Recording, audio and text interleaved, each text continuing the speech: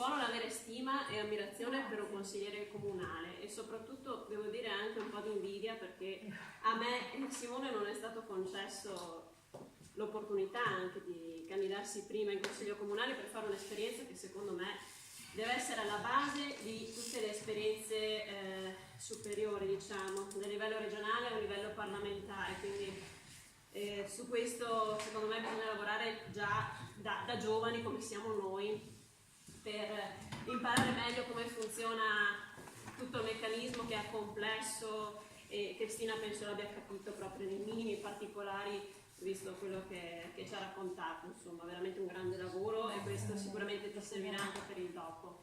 Io arrivo da una realtà che è un comune 5 Stelle. Ho dato impulso a una lista nel 2016 ormai, e abbiamo vinto in comune a Chioggia, e invece che aspettare l'ultimo anno per le successive elezioni, già da subito Consiglio e Giunta a Chioggia si sono impegnati per portare avanti quelli che sono i principi del Movimento 5 Stelle. Un po' li hai elencati anche tu, quindi il regolamento non slot lo abbiamo mutuato, lo abbiamo magari modificato in base alle esigenze territoriali, però chiaramente questo è stato un grande passo fatto nel primo o secondo anno di amministrazione 5 Stelle.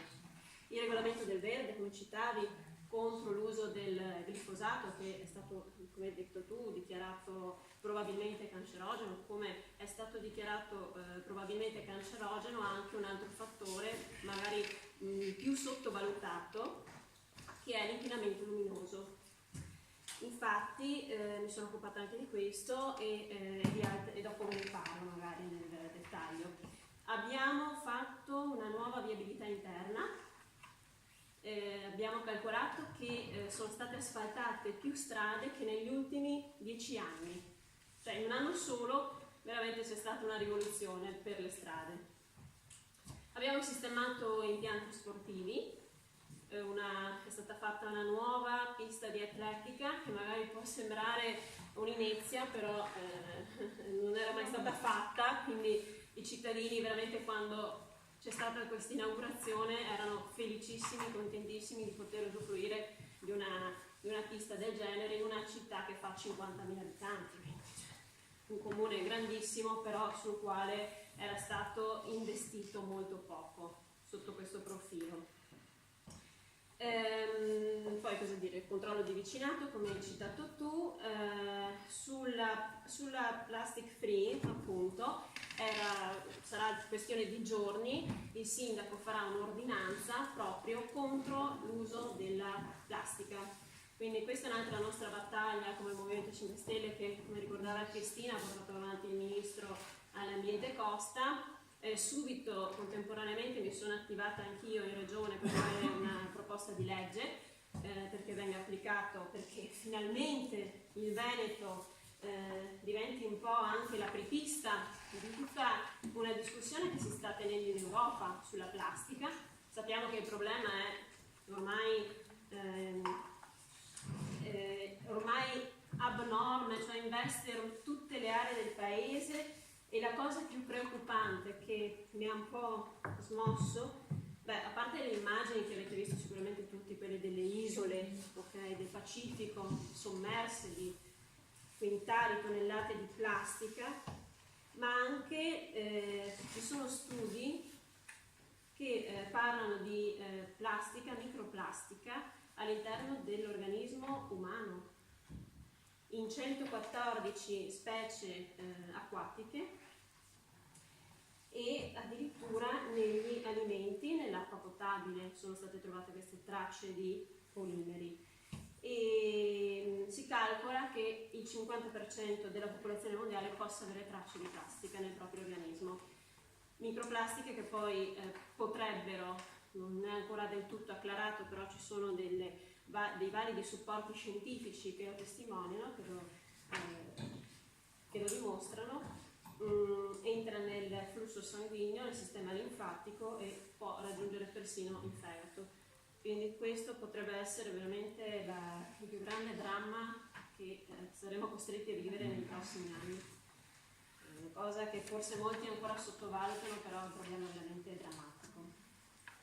Allora, visto che l'Europa se ne sta interessando, ma ancora non c'è una normativa specifica che obbliga i singoli Stati membri ad adottare delle misure di prevenzione in tal senso, allora ho previsto che la Regione Veneto faccia la propria parte, una parte fondamentale in questa proposta di legge che è stata presentata poi questa settimana in consiglio, in commissione, in 2 commissioni addirittura. Ho previsto che la giunta regionale entro 90 giorni dall'applicazione di questa legge, che poi ritrovate sul sito del Consiglio regionale, come tutti gli altri atti che facciamo in Consiglio, anche Simone e gli altri miei colleghi, come interrogazioni, proposte di legge, mozioni, quant'altro. Entro 90 giorni la Giunta deve individuare i prodotti in plastica monouso oggetto di misure di prevenzione della produzione e di riduzione dell'utilizzo, nonché anche tutte quelle che vanno appunto verso il riutilizzo. Dopodiché è prevista una forte collaborazione con gli istituti di ricerca, ma anche con l'ufficio scolastico regionale, perché è proprio dai ragazzi che bisogna partire ad educarli e sensibilizzarli a questo gravissimo problema. L'incentivo anche dei sistemi di cauzione e rimborso, il famoso voto a rendere che una volta si faceva e oggi non si sa perché ma non si fa più. Io mi ricordo mia nonna che aveva l'ometo che gli portava le bottiglie di vetro e dopo una volta utilizzate le riportava via, adesso non si può più fare, non si sa perché. E poi anche una forma di collaborazione più stretta con i pescatori. Perché cito i pescatori? Perché l'80% dei rifiuti ripescati in mare sono composti di plastica.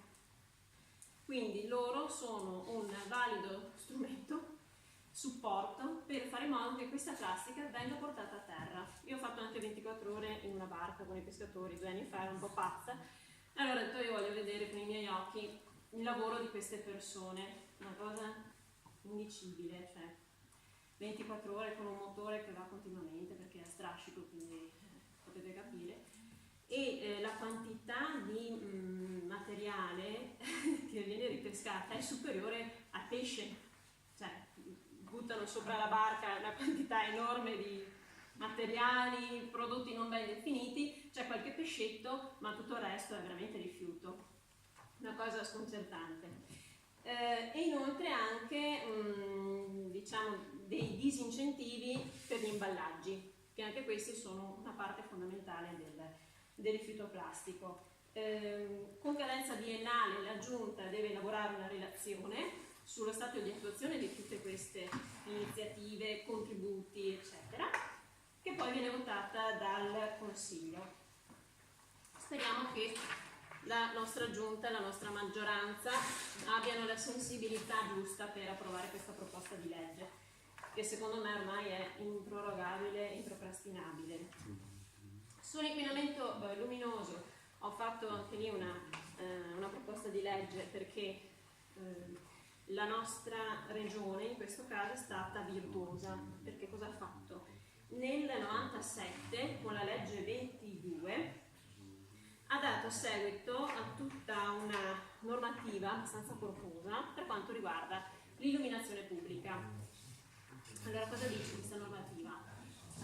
I comuni devono dotarsi di un piano, si chiama PICIL l'acronimo, piano comunale per il contenimento dell'inquinamento luminoso, nel quale appunto vengono descritti tutti gli interventi che si devono attuare, che i privati sono tenuti a rispettare.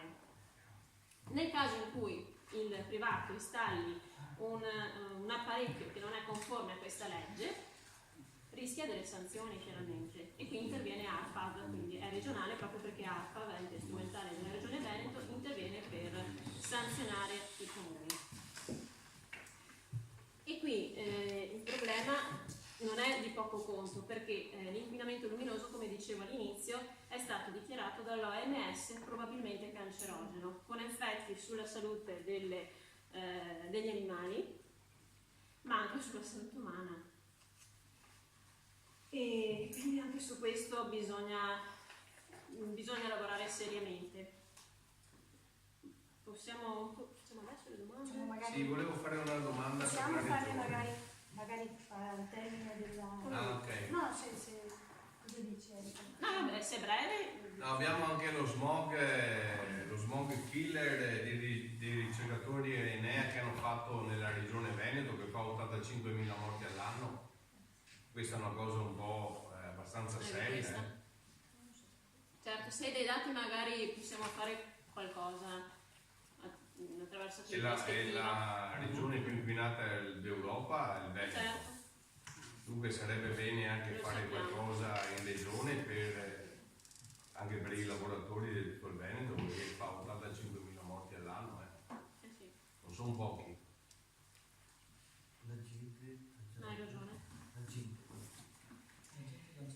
E quindi ho chiesto con un'interrogazione specifica proprio di controllare se viene rispettata questa legge regionale che è vigente, ma a quanto pare non ne si tiene conto, anche se era stata una cosa voluta fortemente dalla Lega, non si capisce come mai ci sia questo scarso interesse. Quindi adesso vi sto elencando una serie di cose che possono essere utili ai consiglieri comunali.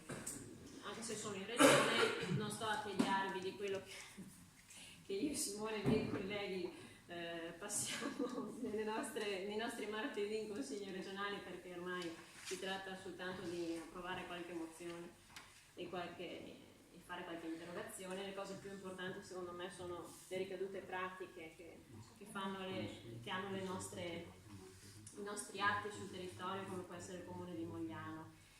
E a proposito di questo ho fatto anche un'altra proposta di legge sulle colonnine elettriche e un'altra interrogazione, perché studiando bene la normativa, che è la legge 134 del 2012, la quale, vi leggo testualmente perché è bene conoscere proprio il testo specifico, stabilisce che entro il 1 giugno 2014 i comuni adeguino i loro regolamenti edilizi, prevedendo con decorrenza per gli edifici di nuova costruzione ad uso diverso da quello residenziale, quindi si intende quelli ad uso commerciale, con superficie utile superiori a 500 metri quadri, eccetera, l'installazione di infrastrutture elettriche per la ricarica dei veicoli, ok? La misura viene quantificata nel 5% per le aree commerciali da questo PNIRE, che è il Piano Nazionale di Infrastrutture Ricarica Elettrica. Allora, cosa ho avuto modo di riscontrare? Che la percentuale dei comuni che hanno applicato nel loro regolamento edilizio questa normativa statale, che quindi è un obbligo, veramente, io sono rimasta sconvolta, perché in provincia di Venezia abbiamo 44 comuni, e tra questi Gruaro, Jesolo, Campagnarupia, Porto Gruaro, Venezia, Mirano, Spinea, però sempre con indicazioni abbastanza generiche, quindi non proprio puntuali sotto questo aspetto. E la cosa importante è perché con questa legge si obbliga la GDO, cioè la grande distribuzione organizzata, i centri commerciali, i cinema e tutti gli edifici insomma ad uso e consumo dei clienti, a dotarsi di queste infrastrutture di ricarica, che sono ovviamente lo stimolo a far sì che la gente li compri i veicoli elettrici, perché non posso io comprare una macchina elettrica se non ho la colonnina vicino a casa o vicino al mio lavoro per fare la ricarica. Non me la compro, è ovvio, cioè continuiamo a utilizzare i soliti mezzi inquinanti, diesel, benzina, adesso va di moda l'ibrido, ma è un finto mezzo sostenibile. Quindi su questo secondo me si poteva fare un gran lavoro. Questa interrogazione però ha avuto una risposta. Strano, perché di solito rispondono quando vogliono, e se vogliono dopo 5 anni, quando siamo già andati fuori dalle scatole. E hanno risposto che la regione ha delegato il controllo, diciamo, del rispetto di questa legge alle province. Ancora le province? Non si sa. Tu chiedi alla provincia chi? Cioè, a quale ufficio, a quale struttura, a quale personale? Non ci sono parole. Beh, allora, sulla proposta di legge non sto a tediarvi, avete capito, sgravi per, anzi, non applicazione di tasse per i primi 3 anni per chi acquista veicoli elettrici, e stabilisce che i punti di ricarica anche privati possono essere messi in condivisione, quindi nella rete pubblica, per dare la possibilità di estendere anche l'area, il parco, diciamo, infrastrutturale, e la possibilità, come sapete, di entrare nelle ZTL, avere degli sconti sui parcheggi, insomma tutta una serie di misure che possono aiutare veramente a comprare questi mezzi. In più abbiamo visto anche in Parlamento che una delle ultime leggi, non ricordo bene il nome, 1 marzo ci sono i 6.000 euro addirittura. sì, 6.000 euro per le auto, 3.000 euro per le moto e 3.000 euro per le economie in casa. Allora avevo casa. Ministro Toninelli l'ha detto oggi è connesso bravissimo. E Dulcis, in fondo vi lascio con questa cosa, poi lascio la parola agli altri chiaramente. Mogliano, perché è importante anche per noi in regione, Cristina? Dimmene tu. Perché è importante? Perché quando è stato? A fine estate, cosa abbiamo fatto noi 4 regionali in Regione Veneto? Abbiamo pensato di fare un'iniziativa pubblica, l'abbiamo chiamato bando aperto facciamo scuola, che in sostanza permetteva a insegnanti, insomma personale scolastico, di fare una domanda, diciamo, di contributi per qualsiasi tipo di progetto. Diciamo che i requisiti erano abbastanza ampi, potevano rientrare tante cose, e i più votati sulla piattaforma nostra sarebbero stati finanziati con massimo 10.000 euro.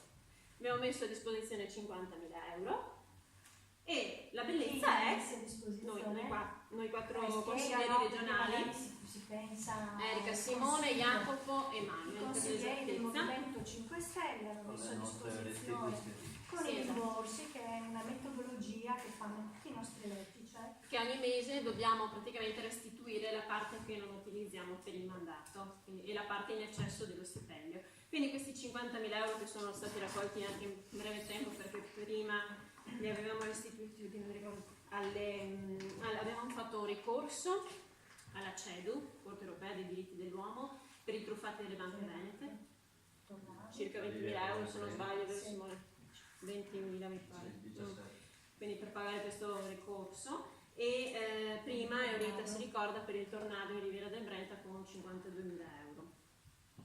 L'ultimo per il disastro del Bellunese altri 50.000 euro. E Zaia stesso ha detto che è stato il secondo assegno più sostanzioso che hanno ricevuto per il disastro del Bellunese.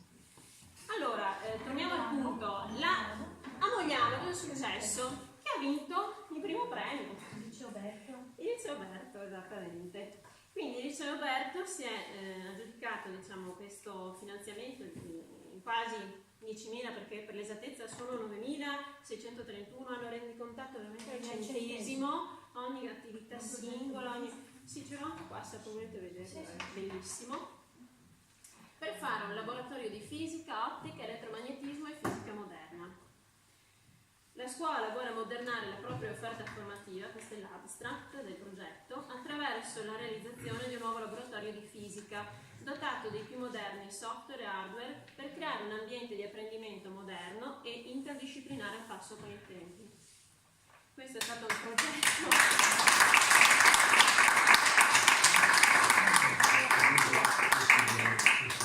uno dei 5 progetti che hanno avuto questo finanziamento di 10.000 euro, quindi già dati, c'è il bonifico online sul nostro sito, e abbiamo già fatto la presentazione in Consiglio regionale. Ecco, questa è una piccola differenza che c'è tra noi e gli altri, insomma.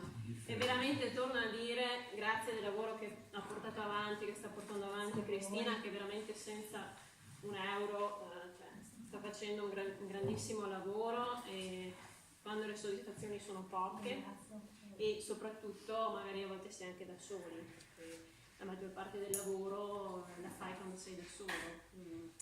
È un ruolo che viene dato a te, cerchi di portarlo a termine nel migliore dei modi, chiaramente, e con responsabilità personale, chiaro.